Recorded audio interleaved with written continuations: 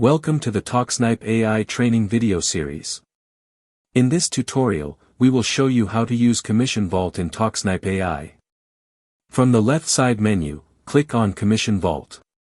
You can view the commission budget categories: Mid, Premium, High Ticket. You can enter the product name. You can see the products below. You can enter the retail rate of a product. You can enter the minimum commission rate. You can select the sort by option you need.